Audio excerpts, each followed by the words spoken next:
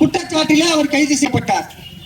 முன்னாள் முதலமைச்சராக இருந்த அரவிந்த் கெஜ்ரிவால் அவர்கள் ஒரு போலியான ஒரு குற்றச்சாட்டு, இப்போ முதலமைச்சர்.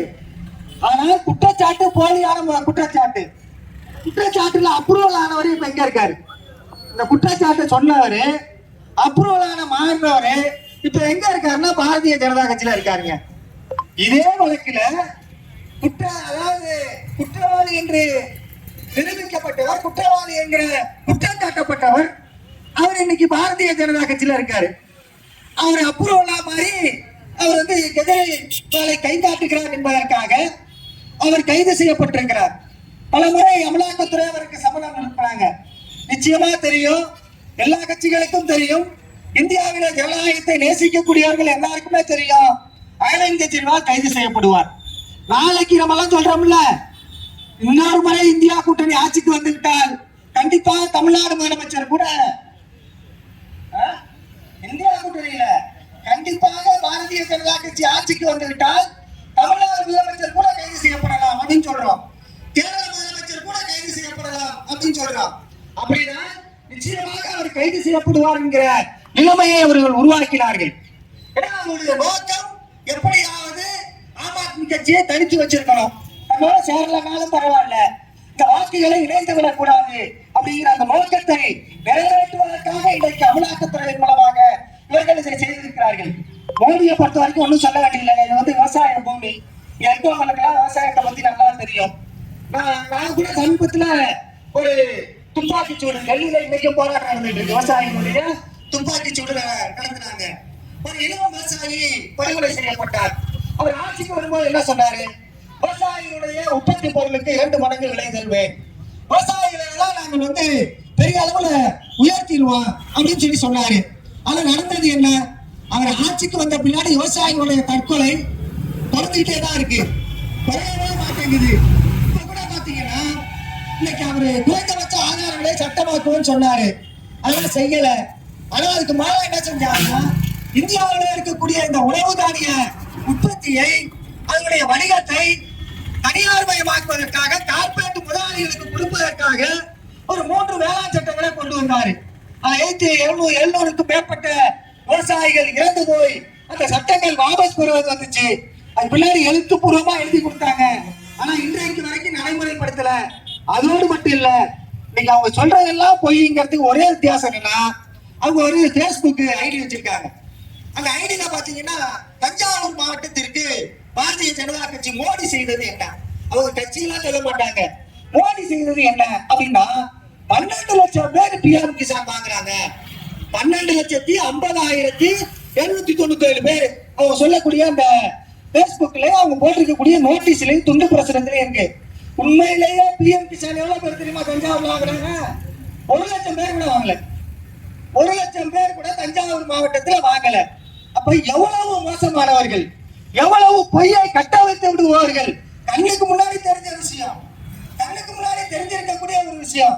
அது மட்டும் இல்லைங்க, இது ஒரு பாதுகாக்கப்பட்ட வேளாண் மண்டலம். திடீர்னு பாத்தீங்கன்னா அது ஒரு பட்டியல்ல வரும். எதுல வரும்னா, இந்த பாதுகாக்கப்பட்ட வேளாண் மண்டலத்துல எண்ணெய் கிணறுகள் எடுப்பதற்கான ஏல ஒப்பந்தத்துல அது வருங்க. மோடி ஆட்சியில கிட்டத்தட்ட 3-4 முறை அது வந்திருக்கு. ஒரு மிகப்பெரிய போராட்டத்தை நடத்தியது என்பதனாலதான் இது பாதுகாக்கப்பட்ட வேளாண் மண்டலமாக அறிவிக்கப்பட்டிருக்கு. ஒவ்வொரு வாட்டியும் வரும். நான் என்ன கேட்கிறோம்னா, உங்களுக்கு தெரியும்ல, இது வந்து பாதுகாக்கப்பட்ட வேளாண் மண்டலத்தில் பெட்ரோலிய கிணறுகள் வர முடியாது. ஆனா எப்படி ஏலப்பட்டியல்ல வருதுன்னா, அது வரும். யாருக்காக வரும்? வேளாண்மை மாதிரி இருக்கக்கூடிய நிறுவனங்களுக்காக வரும். அப்ப எந்த முகத்தோடு இன்னைக்கு வந்து நாங்க வந்து டெல்டாவை பாதுகாக்கிறதுக்காக நாங்கெல்லாம் இருக்கோம் அப்படின்னு சொல்றாங்க. அப்ப ஏன் ஏலப்பட்டியல்ல வருது? ஏன் அப்புறம் வந்து ஹைட்ரோ கார்பன் எடுப்பதற்கான பட்டியல்ல வருது? இன்னைக்கு அதை விட கொடுமையான பல விஷயங்கள்னு சொன்னோம்னா, இன்றைக்கு விவசாயிகள் மிகப்பெரிய துயரத்திலே இன்னல்கள்ல இருக்கிறாங்க. உதாரணத்துக்கு ஒரு முறை கடனை தள்ளுபடி பண்ணுன்னு கேட்டாங்க. அதான் விவசாயிகளுடைய கோரிக்கை. ஒரே ஒரு வாட்டி கடனை, விவசாயிகளுடைய கடனை தள்ளுபடி செய்யுங்க. அதெல்லாம் முடியாது, விவசாயிகள் கடனை எல்லாம் தள்ளுபடி செய்ய முடியாது. நிர்மலா சீதாராமன் ரொம்ப ஆக்ரோஷமான பேட்டி. ஏன் தள்ளுபடி பண்ணணும் அப்படின்னு சொன்னாங்க. ஆனா என்னன்னா, கிட்டத்தட்ட 14,18,58,000 கோடி ரூபாயை இந்தியாவில் இருக்கக்கூடிய கார்பரேட் முதலாளிகளுக்காக மோடி தள்ளுபடி செய்திருக்கிறார். யார் அந்த கார்பரேட் முதலாளிகள்? அம்பானியாக, அதானியாக, இன்னும் பல முதலாளிகளாக இருக்கிறார்கள். 14 லட்சம் கோடி ரூபாய்க்கு மேல கார்பரேட் முதலாளிகளுக்கு கடன் தள்ளுபடி செய்ய முடியும். ஆனால் விவசாயிகளுடைய கடனை ஒரு முறை தள்ளுபடி செய்ய முடியாது என்கிற ஒரு கேடுகட்ட அரசாங்கம் தான் மோடி அரசாங்கம். இவர்கள் இந்த ஆட்சிக்கு எதிராக கார்பரேட்டுகளுக்காக இவர்கள் நடத்தக்கூடிய அரசாங்கத்தை எதிர்த்து யாரும் கேள்வி கேட்டு விடக்கூடாது என்பதற்காக இன்றைக்கு மக்களை துண்டு துண்டாக பிளவுபடுத்தி அவர்கள் ஆட்சி அதிகாரத்தை கைப்பற்ற நினைக்கிறார்கள். இன்றைக்கு இந்தியா கூட்டணி வெற்றி பெறும் என்கிற நிலைமை உருவாகி இருக்கிற போது நாங்க 400 இடம் வருவோம், 300 இடம் வருவோம் அப்படின்னு அவங்க சொல்றதே எப்படின்னா தெரியுமா? இது லாஜிக்கா பாத்தீங்கன்னா மோடியை ஜெயிக்க முடியுமாங்க? வட இந்தியாவில எல்லாம் ஃபுல்லா அவர் தானே இருக்காரு. ராமர் கோயில் கட்டிட்டாரு. சரி, ராமருக்கு ஏற்கனவே காங்கிரஸ் கட்சி வாக்குகள் உத்தரப்பிரதேசத்துல எவ்வளவு? அன்னைக்கு அந்த மாநிலத்தில் இருக்கக்கூடிய சமாஜ்வாடி கட்சி வாங்கின வாக்குகள் எவ்வளவு சதவீதம்? இது ரெண்டும் சேர்ந்தால் மக்களிடத்திலே இன்றைக்கு போய் சேருகிற போது மதச்சார்பற்ற வாக்குகளாக இருக்கிற கட்சிகள் எல்லாம் சேர்ந்தால் எவ்வளவு வாக்குகளை பெற முடியும்? அவர் எப்படி தனித்து நிற்கக்கூடிய உத்தரப்பிரதேச மாநிலத்திலே பாரதிய ஜனதா கட்சி எப்படி பெரும்பான்மையாக சீட்டுகளை அவர்களால் பெற முடியும்? எப்படி அவர்களால் முடியும்? இதுவே ஒரு ஸ்ட்ராட்டஜிங்க. அவன் எதை எடுத்தாலும் பாத்தீங்கன்னா மோடிங்கிற குஜராத் முதலமைச்சரை அவர்கள் இந்தியாவுடைய பிரதமராக கட்டமைப்பதற்கு கிட்டத்தட்ட பல ஆயிரம் கோடி ரூபாயை செலவு செய்தார்களே, அதுபோல இவர்கள் இன்றைக்கு இப்ப கூட ஒரே ஒரு விஷயம் தான். இப்ப கூட பாத்தீங்கன்னா நெல்லையில் நிற்கிறார் அந்த நயினார் நாகேந்திரன், அவருக்காக 4 கோடி ரூபாய் இதுல போகுது, ரயில்ல போகுது. அதை பத்தி ஏதாவது வாய திறந்திருக்காரா எடப்பாடி? அதை பத்தி ஏதாவது கேஸ் ஏதாவது பதிவு பண்ணியிருக்கா தேர்தல் ஆணையம்? 4 கோடி ரூபாயை ஒரு சின்னமா எடுத்துட்டு போயிருக்காங்கன்னா எத்தனை ஆயிரம் கோடி ரூபாயை அவர்கள் இந்த தேர்தலிலே செலவு செய்ய போகிறார்கள்? தமிழ்நாட்டிலே இதான் நிலைமைன்னா இந்தியா முழுவதும் என்ன நிலைமையாக இருக்கும்? வெறும் தேர்தல் பத்திரங்கள் மூலமாக மட்டுமல்ல, கார்பரேட் முதலாளிகள் கொட்டி கொடுத்திருக்கிற பல லட்சம் கோடி ரூபாய் பணம் இன்றைக்கு பாரதிய ஜனதா கட்சியினுடைய கையிலே இருக்கிறது. அதை வைத்து அவர்கள் தேர்தலில் வெற்றி பெறலாம் என்று நினைக்கிறார்கள். நிச்சயமாக இந்திய மக்கள், ஜனநாயகத்தை விரும்புகிற மக்கள், தமிழ்நாட்டு மக்கள், மிக மிக முக்கியமாக ஜனநாயகத்தை விரும்புகிற மக்கள், மதச்சார்பற்ற அரசை விரும்புகிற மக்கள் என்கிற முறையிலே இந்தியா கூட்டணி வெற்றி பெறும். வெற்றி பெறுகிற போது அரவிந்த் கெஜ்ரிவால் அவர்கள் முக்கியமான இடத்தை அந்த இந்தியா கூட்டணியிலே பெறுவார்கள் என்கிற முறையிலே அந்த இடம் நிச்சயமாக ஊழலற்ற ஒரு ஆட்சியை உருவாவதற்கு எப்படி கேரளத்திலே பினராயி விஜயன் செயல்படுகிறார்களோ அதே போல டெல்லி முதலமைச்சரும் செயல்படுவார் என்பதை தெரிவித்து வாய்ப்புக்கு நன்றி சொல்லி நிறைவு செய்கிறேன். நன்றி, வணக்கம்.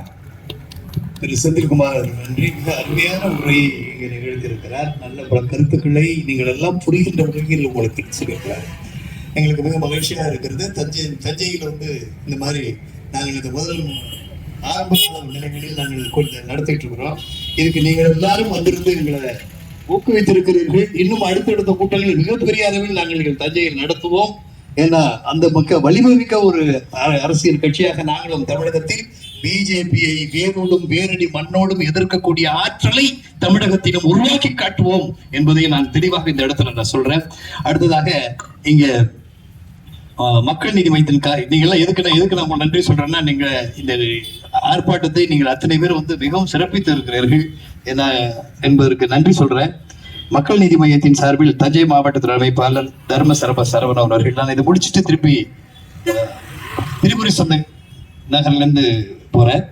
பிரச்சாரம் இப்போது அதனால நாங்கள் சீக்கிரமா முடிச்சிருவோம். நம்ம மக்கள் நீதி மையத்தின் சார்பில் தஞ்சை மாவட்டத்தினுடைய அமைப்பாளர் திரு தர்ம சரவணன் அவர்கள் கண்டன உரை நிகழ்த்த வேண்டும் என்று அன்போடு கேட்டுக்கொள்கிறேன். அதற்கு அடுத்ததாக இறுதியாக நம்முடைய